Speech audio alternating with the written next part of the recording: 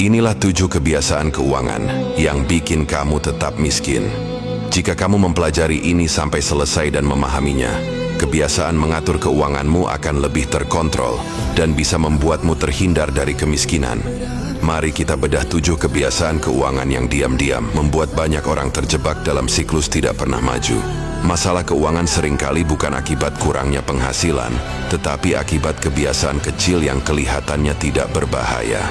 Kebanyakan orang merasa mereka sudah cukup bijak mengelola uang, padahal tanpa sadar, setiap hari mereka melakukan pola yang secara perlahan menggerogoti stabilitas keuangan mereka. Ini dia 7 kebiasaan yang membuat kamu tetap miskin. Yang pertama, tidak mencatat pengeluaran harian.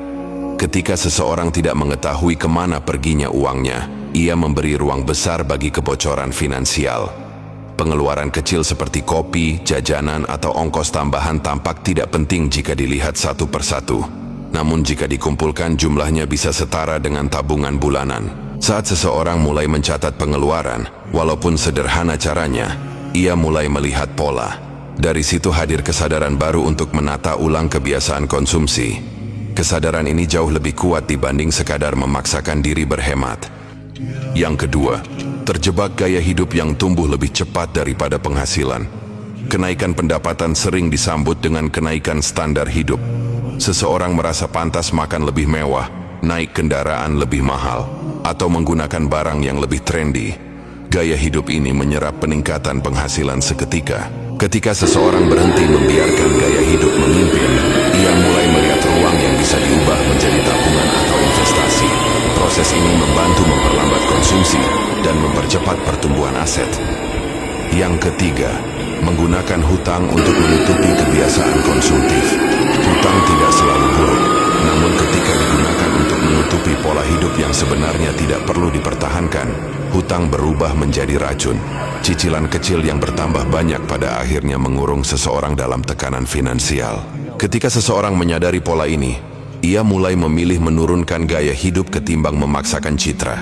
Langkah sederhana ini bisa membuka ruang besar untuk pemulihan finansial. Yang keempat, mengabaikan dana darurat. Sebagian besar orang merasa dana darurat tidak penting sampai sebuah kejadian menghantam hidup mereka terang-terangan. Ketika tidak ada dana cadangan, solusi tercepat adalah hutang. Dari sini siklus masalah finansial dimulai. Saat dana darurat mulai dibangun, meski perlahan, seseorang menciptakan pagar pelindung bagi dirinya sendiri. Ia tidak lagi panik dalam situasi mendesak dan tidak perlu mencari cara instan yang justru merusak masa depan finansialnya. Yang kelima, tidak pernah belajar tentang uang. Ironisnya, uang adalah hal yang digunakan setiap hari, tetapi sedikit orang yang benar-benar mempelajari cara kerjanya.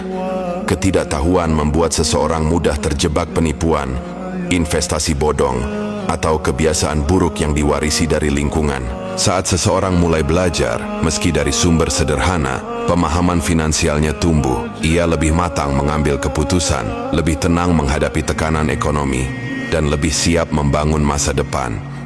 Yang keenam, terlalu mudah berkata nanti saja. Menunda menabung atau investasi kecil-kecilan adalah salah satu kebiasaan paling merusak. Karena orang merasa keputusan itu hanya ditunda, bukan ditolak. Faktanya, menunda adalah penolakan diam-diam. Ketika seseorang berkata nanti saja, bulan berikutnya akan terasa sama. Saat seseorang mulai menyisihkan uang di awal, bukan di akhir, ia mengubah seluruh ritme finansialnya.